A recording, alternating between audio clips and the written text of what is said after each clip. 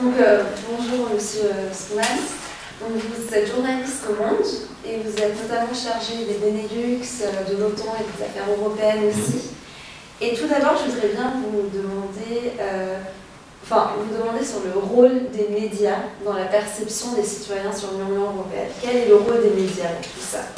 Je pense qu'il est un peu pareil à celui que jouent les médias dans d'autres domaines, avec peut-être une circonstance un peu particulière, c'est qu'on est sur un sujet assez compliqué et difficile à vendre, entre guillemets, à la fois à nos rédactions et sans doute aux lecteurs aujourd'hui. L'Europe, c'est compliqué, c'est technocratique, ça se passe à 28 pays, en tout cas pour l'instant. On est dans une négociation permanente, on est sur des domaines qui ne sont pas évidents à médiatiser pour une bonne partie d'entre eux. Donc, je dirais qu'il faut franchir un premier obstacle qui est de convaincre nos rédactions qu'il y a dans l'actualité européenne des choses intéressantes.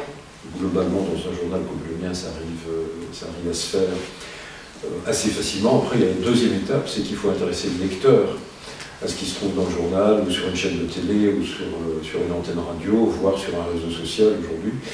Et là, c'est le deuxième obstacle, c'est que, évidemment, ce qui entoure l'Union européenne aujourd'hui, c'est quand même une ambiance de crise, une ambiance de remise en question des objectifs fondamentaux de l'Europe. Et je dirais que nous, on est un peu forcé de s'adapter à ça, à savoir qu'il faut repérer dans l'actualité européenne à la fois ce qui intéresse les gens, de faire respecter les valeurs du média pour lequel on travaille. Donc, globalement, le Monde est un média pro-européen qui le reste indépendamment des vicissitudes de l'Europe aujourd'hui. Et troisièmement, encore une fois, il faut arriver à intéresser le lecteur et lui dire que ce qui se passe à Bruxelles n'est pas totalement déconnecté, c'est pas une exoplanète par rapport aux capitales nationales, que ce qui se déroule, ce qui se négocie, ce qui est décidé à Bruxelles aura ou a déjà une très forte incidence sur la vie quotidienne, et aussi sur la vie politique des États nationaux. C'est devenu un contre-argument pour beaucoup, mais il faut toujours rappeler qu'environ de 60 à 70% des législations nationales aujourd'hui sont en fait des applications de législations décidées à Bruxelles. Donc, qu'on le veuille ou non, et qu'on aime l'Europe ou qu'on ne l'aime pas, nous sommes tous dans cet environnement-là. Et la grande question aujourd'hui pour les journalistes, c'est de dire aux gens que l'Europe pose problème. Objectivement, son fonctionnement aujourd'hui, moi, en tant que citoyen et en tant que journaliste, son fonctionnement ne me satisfait pas, mais il est là, et je pense qu'il est préférable à un repli sur l'idée nationale, qui est le grand message véhiculé par énormément de forces politiques en Europe aujourd'hui. Et le nombre d'articles dédiés à l'Union européenne, est-ce qu'il est proportionnel à la puissance de l'Union européenne? Sans doute pas. Je pense qu'on pourrait en faire beaucoup plus. Moi, j'ai le sentiment de beaucoup travailler ceci, parce que couvrir l'actualité bruxelloise, c'est compliqué. Au niveau des institutions, il y en a plusieurs. Au niveau des matières qui sont traitées, il y a 28 mandats de commissaires, par exemple, donc 28 portefeuilles auxquels on est censé s'intéresser. Je vous rassure, c'est absolument pas le cas, parce qu'il y en a qui sont globalement sans intérêt médiatique, même s'ils peuvent avoir un intérêt politique trop compliqué à vendre, disons, au plan médiatique. Donc globalement, c'est compliqué de travailler à Bruxelles. Est-ce qu'on pourrait en faire plus dans les médias? Je pense. Il y a eu des tentatives pour créer des médias purement européens. Elles se sont toutes cassées la figure. Je pense qu'il n'y a pas encore cette idée au niveau des médias qu'une information purement européenne peut intéresser et peut, je dirais, devenir même un succès commercial. Il y a eu des tentatives, elles ont toutes échoué. Je pense qu'il est très compliqué d'imaginer ça aujourd'hui parce que, comme nous sommes dans un mouvement de reflux, c'est sans doute pas la période idéale pour relancer l'idée que l'information européenne peut intéresser beaucoup de monde. Donc, on pourrait en faire plus, on pourrait le faire différemment. Je pense qu'il y a, je dirais dans mon journal, je pense que la norme est à peu près satisfaisante. Je suis très frappé de la complète disparition de l'Europe dans le débat politique. On peut reparler du débat désormais célèbre entre M. Fillon et M. Juppé. Dernier débat, où pendant 1 heure et demie, on n'a pas eu une seule allusion à l'Europe. C'est quand même très frappant. Et je pense que beaucoup de médias français, c'est un tropisme français. Je ne pense pas que dans des pays comme l'Italie, l'Allemagne ou l'Espagne, on rencontre la même situation. Il y a une quasi-disparition de l'information européenne dans certains grands médias, parfois, dans certains magazines. Et le signe le plus évident, c'est que beaucoup de médias n'ont plus aucun correspondant à Bruxelles. Bon, alors on me dit, oui, mais tu sais, on peut très bien traiter l'actualité européenne à partir de Paris. C'est totalement faux. C'est totalement faux, c'est une pure illusion. Donc, comme vous l'avez évoqué, je vais directement passer à ce point, à l'élection de Fillon aussi maintenant. Est-ce que ça va changer quelque chose dans le débat politique en France D'abord, Fillon, il est candidat de la droite. Il faut voir s'il deviendra président de la République. Oui, non, ça, c'est pas encore. S'il devient président de la République, c'est vrai qu'on peut envisager cette hypothèse comme relativement raisonnable. François Fillon, il est très mystérieux sur l'Europe. Il a été souverainiste. C'était un proche de Philippe Séguin, l'homme qui a contesté avec un quasi-succès. Succès parce qu'indépendamment du vote des Français, l'Europe a fini par vaincre l'obstacle, donc c'est l'homme de 2005. Donc François Fillon apparaît comme un souverainiste, et pour le reste, on ne sait pas grand-chose de ses intentions sur l'Europe. Alors moi je pense que quand on devient président de la République, il y a toujours, quelle que soit la couleur politique de l'intéressé, il y a toujours un retour au principe de réalité, et que l'Europe est dans un tel état aujourd'hui. Et je pense qu'elle a tellement besoin de la France et de l'Allemagne, et de la France et de l'Allemagne ensemble, que François Fillon ne pourra pas échapper à une prise de position claire là-dessus, à un engagement véritable pour l'Europe. Le grand danger étant, pour l'Europe et pour la France, que s'il n'y a pas cet engagement de Paris, ça va laisser l'Allemagne seule aux commandes. Alors on dit déjà que Mme Merkel est la vraie présidente de l'Union européenne. Quand on regarde le fonctionnement de l'Europe aujourd'hui, c'est pas totalement faux. Mais je pense que les Allemands eux-mêmes préféreraient une nouvelle entente. Cette entente n'existe plus, le couple, le moteur franco-allemand n'existe quasiment plus aujourd'hui. Je pense que les Allemands veulent une relance et je pense que les Français doivent vouloir une relance. Ça dépendra aussi des nominations que fera M. Fillon s'il est élu. On observera très vite quels sont les gens qui nomment aux affaires étrangères, aux affaires européennes éventuellement. Et à partir de là, on verra quel est le choix.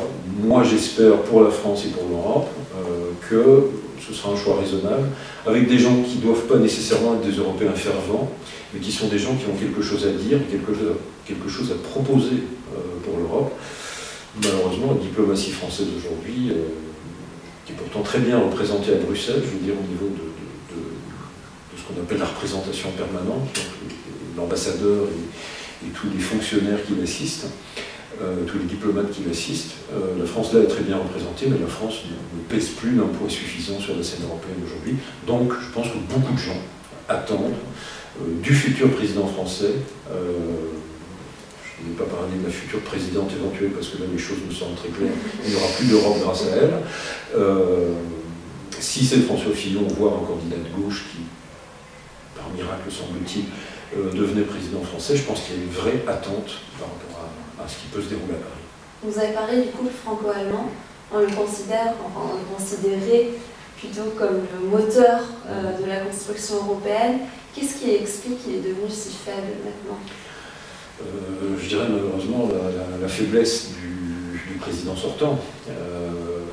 C'est évident que François Hollande n'a pas eu un message extrêmement fort dans une série de domaines et certainement pas sur l'Europe.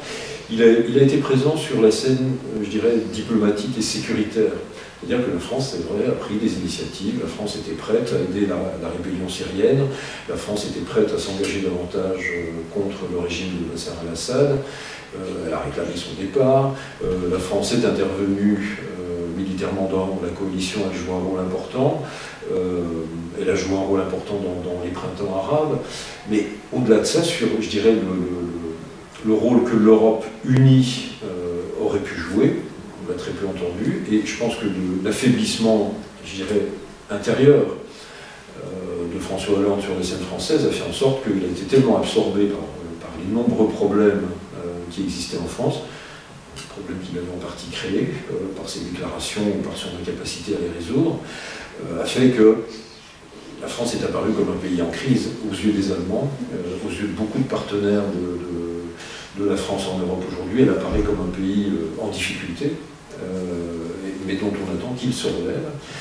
Je pense aussi que les gens qui auraient pu porter le voix de la France à Bruxelles, alors encore une fois c'est toujours un peu sujet à caution, mais la politique c'est aussi une question de personnalité. On n'a pas rencontré chez Laurent Fabius, chez Jean-Marc Ayrault aujourd'hui, chez Harlem Désir, secrétaire d'État aux Affaires européennes, je dirais un message puissant, fort, affirmé, qui aurait, je dirais, permis d'abord à ce couple franco-allemand de se ressouder. Et pour terminer les explications sur cette question que vous posez, je pense aussi qu'il y a eu des vraies divergences entre la France et l'Allemagne, notamment à propos de la Grèce, à propos globalement de la politique budgétaire de l'Union européenne. Au-delà de la Grèce, d'ailleurs, la situation de l'Espagne et de l'Italie reste inquiétante et la France a réclamé une très grande tolérance vis-à-vis de ces pays, tandis que l'Allemagne a toujours eu un message extrêmement fort. Donc la Grèce a complètement, l'épisode grec a déstructuré ce couple franco-allemand, et je pense qu'il s'en est jamais remis, et qu'aujourd'hui, bon, il faut attendre l'épisode suivant, quoi. Mais un point commun entre la France et l'Allemagne était par exemple une défense européenne. Les deux pays supportaient cette idée et apparemment le Brexit a relancé ce débat sur une défense européenne. Vous avez aussi écrit un article il y a quelques jours, comment Bruxelles veut aider l'industrie de la défense européenne. Donc ce débat est vraiment relancé. Est-ce qu'on voit ici que le Brexit est peut-être même une opportunité pour relancer l'intégration européenne, pour renforcer cette intégration? Ça peut l'être, parce que le Brexit est un véritable choc, voire un drame pour l'Union européenne. Qui aurait imaginé, même il y a 2 ans, que les Britanniques allaient sortir de l'Union européenne? Alors là, le constat est fait. Alors, ceci dit, ils ne sont pas encore sortis. Et les modalités de sortie sont tellement complexes que moi, je garde un doute sur la sortie effective du Royaume-Uni. Mais bon, partons de l'idée que le Brexit, en tout cas, est une réalité, parce que 52-53% des électeurs britanniques l'ont voulu. L'idée donc que l'Europe peut voir sortir un de ses membres est un choc suffisant à mon avis pour que, même en France où le pouvoir est un peu affaibli, et certainement en Allemagne, on se dise là il est en train de se passer quelque chose d'important. Et donc la première chose qu'on a attendue, moi ça m'a frappé, qu'on ait entendu, et c'était étonnant, c'est l'idée, bon, il faut qu'on relance quelque chose, et qu'est-ce qui peut être positif aux yeux de l'opinion publique aujourd'hui? Et c'est vrai qu'elle est quand même très dubitative sur les capacités de l'Europe à relancer des éléments positifs. C'est l'idée, il faut assurer davantage la protection. La grande demande des Européens aujourd'hui, c'est la protection. Alors, protection, ça veut dire se protéger contre le terrorisme, mais plus généralement contre un environnement qui, de l'Ukraine au Maghreb, au Moyen-Orient, à la Syrie, et c'est vrai extrêmement menaçant aujourd'hui. Donc, ces notions-là, on les avait un peu laissées flotter. Cette Europe de la défense, ça fait très longtemps qu'on en parle. Toute décision qui est relative à l'Europe de la défense prend énormément de temps à être concrétisée. Et là, soudain, on a réaffirmé quelque chose comme un objectif. Et c'est vrai que depuis lors, ce plan que vous évoquez, un plan globalement de soutien à l'industrie, de meilleure coopération, de meilleure manière de dépenser ensemble de l'argent, plutôt que de faire chacun dans son coin un char, un drone, une frégate, d'essayer de mutualiser l'effort, c'est un pas dans la bonne direction. Alors je suis devenu prudent parce que ce discours-là, je l'ai entendu il y a 2 ou 3 ans, il y a eu un sommet européen spécifique consacré à la défense, je réentends à peu près la même chose aujourd'hui, 2 ans plus tard. Donc je me dis, est-ce qu'on n'est pas de nouveau dans un scénario où on affiche des choses et on les fera avec énormément de retard? C'est possible, enfin la réalité peut-être est différente aujourd'hui, et on est là dans une situation assez inversée d'ailleurs, parce que autant la France flotte sur beaucoup de sujets, autant sur l'idée de la défense, elle est faible. D'abord, c'est un pays qui investit encore beaucoup dans la défense, qui est l'une des rares puissances européennes véritables au plan mondial avec les Britanniques. Les Allemands ne sont pas dans cette configuration. Les Allemands gardent, vis-à-vis de l'idée d'intervention militaire, notamment une très grande prudence. Donc on a la France qui pourrait tirer, l'Allemagne qui est derrière, alors que généralement on a l'impression que dans les autres domaines, c'est l'Allemagne qui pourrait tirer, la France qui devrait suivre. Alors peut-être, encore une fois, que dans le cadre de cette relance du moteur franco-allemand, il y aura des progrès sur la défense, mais encore une fois, quand on observe l'actualité européenne depuis quelques années, on devient très prudent sur le respect des délais et sur le respect des engagements. Donc attendons de voir, mais en tout cas l'idée est intéressante. D'accord. Et sur la défense aussi, sur le terrorisme, est-ce que cela a influencé beaucoup les relations entre la France et la Belgique? Il y a eu objectivement pas mal de problèmes. Alors bon, il est sans doute plus facile pour Paris de s'entendre avec la Belgique, qui est un pays beaucoup plus petit qu'avec Londres ou avec Paris quand un problème se pose. Bon, c'est vrai qu'il y a eu des problèmes au niveau belge comme au niveau français d'ailleurs. Ils ont été moins graves au niveau français parce que la France, malheureusement pour elle, a été confrontée bien avant au terrorisme islamiste, à ses conséquences, et que je dirais, l'organisation globale sécuritaire en France est évidemment bien plus performante qu'elle ne l'a été en Belgique. La Belgique a objectivement un peu découvert le problème, en tout cas les autorités ont découvert le problème qui avait été mis en évidence par beaucoup de monde, beaucoup de journalistes belges ou étrangers. On avait quand même identifié qu'il est risqué de se passer quelque chose dans certains coins de Belgique, et à Molenbeek en particulier. Ça fait une dizaine d'années qu'on avait attiré l'attention là-dessus. Les attentats de la station Malbec et de Zaventem ont malheureusement montré que la Belgique n'était pas à l'abri. Elle n'a sans doute pas pris toutes les dispositions nécessaires en temps utile. Et objectivement, quand François Hollande a déclaré que les attentats de Paris, de novembre à Paris, avaient été téléguidés de Syrie et préparés en Belgique, je pense que les Belges ne peuvent pas contester que c'était une vraie réalité. Et donc, il y a eu des difficultés évidentes. Je pense que globalement, elles sont aplanties aujourd'hui. D'accord. Et je voudrais aussi mentionner encore un dernier point. Donc, en parlant de la Belgique, on a beaucoup parlé de la Belgique aussi maintenant en rapport avec l'accord CETA et le rejet de la Wallonie. Et moi personnellement, je trouvais que ce rejet montrait la puissance des régions, encore une fois, en Europe, et d'un régionalisme croissant. Et est-ce que ce régionalisme croissant est plutôt une opportunité ou plutôt un danger pour l'Europe? Je crois que la Belgique est devenue, alors c'est compliqué à comprendre la situation belge, c'est sans doute une des situations les plus complexes au monde, avec 7 parlements pour un pays de 11 millions d'habitants, avec 7 gouvernements qui peuvent bloquer un traité.